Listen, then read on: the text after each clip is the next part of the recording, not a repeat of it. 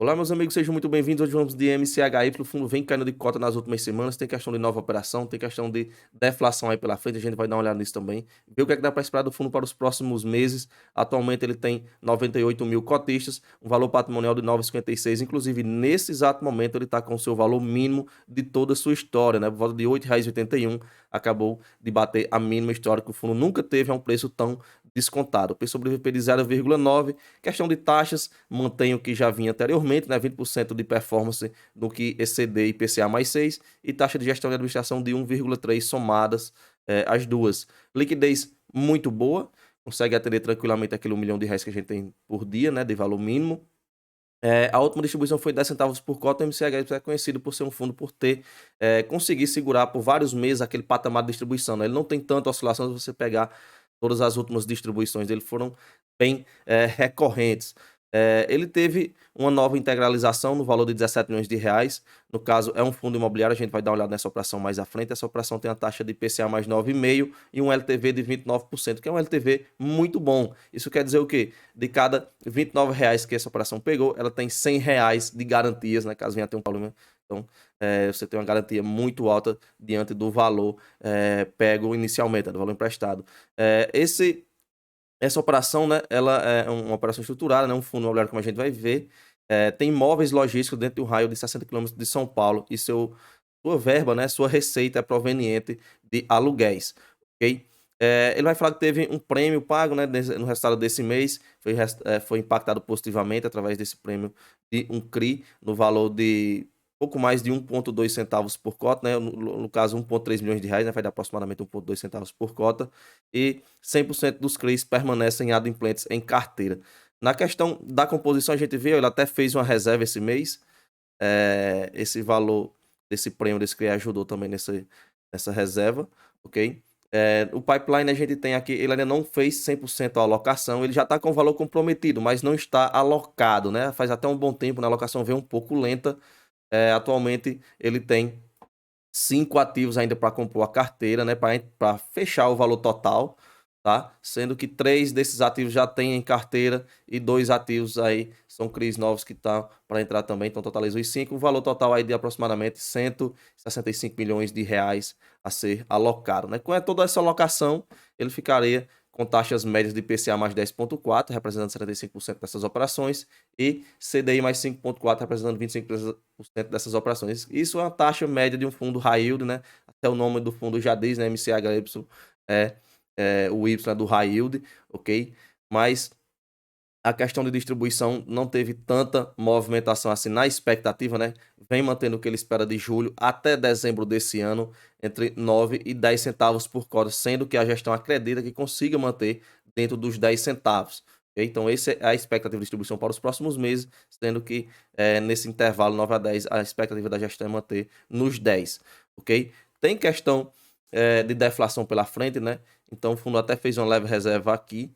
Então pode essa reserva vir a contribuir nesse momento de deflação, onde a atualização monetária cai fortemente, né? A deflação em agosto foi de menos 0,02, então a tendência desse resultado cair e pode usar essas reservas para dar aquela segurada no resultado. Olha só, ele consegue sempre manter esse valor aqui, como foi um up, né? Um negócio acima, então ele vem mantendo esse patamar aqui de pelo menos 14 já há um bom tempo, depois 13 por um bom tempo, depois 11 por um bom tempo, e agora ele quer manter pelo menos os 10 por um bom tempo, né? Até o final do ano.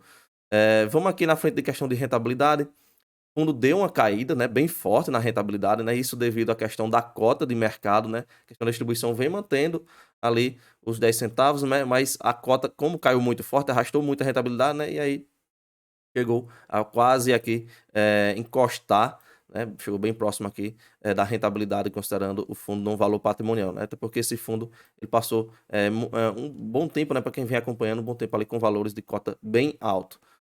Aqui tem outros comparativos, né, o IFIX, né, que vai estar lá embaixo, tem um comparativo com o CDI também, que também lá embaixo, apesar da queda na cota que ele teve, o CDI ainda fica mais de 10 pontos percentuais de diferença na rentabilidade, mesmo considerando essa queda atual. Na liquidez, a gente já viu liquidez tranquila, o fundo tem um volume muito bom de negociação. Vamos dar uma olhada na DRE.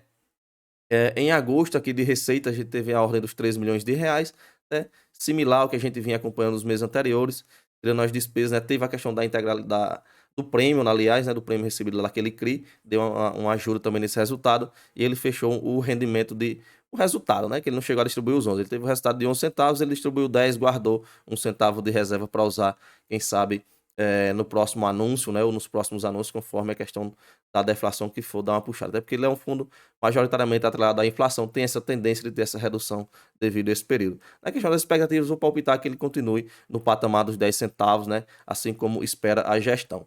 Aqui na questão de alguns números da carteira, a gente tem aqui a inflação com 72% atualmente, né, representado pelo IPCA, CDI 25, aqui as taxas médias. Temos aqui a maior parte são créditos, né, a carteira de crise, como a gente vai ver mais à frente, ele tem ainda 15% em caixa para ser alocado em novas operações. Também tem 9% da carteira composta por FIIs. Temos aqui a questão de distribuição, né? Teve tanta movimentação, também por região também segue o que já vinha. Na listagem das operações, a gente tem aqui alguns pontos de atenção, como por exemplo, a questão da Lotus, né? A gente vê, a Lotus tem uma exposição alta, no caso a gente tem lotes aqui com 130 milhões de reais e mais outro lotes aqui sendo série mezanino, né? Essa série aqui seria mais segura, a mezanina mais intermediária, ele não tem série subordinada da Lotus, mas somando as duas aqui vai dar por volta de 17% do portfólio, ou seja, exposição consideravelmente alta. A questão do LTV, pelo menos nessa parte maior aqui dos 130 milhões, até um LTV tranquilo, né, 36%. Essa daqui já não tanto, né? Apesar de que a mezanina é mais arriscada, né? Então você tem um LTV de 51%. E aqui a gente tem taxa média de CDI mais 4 para essa operação e CDI mais 9.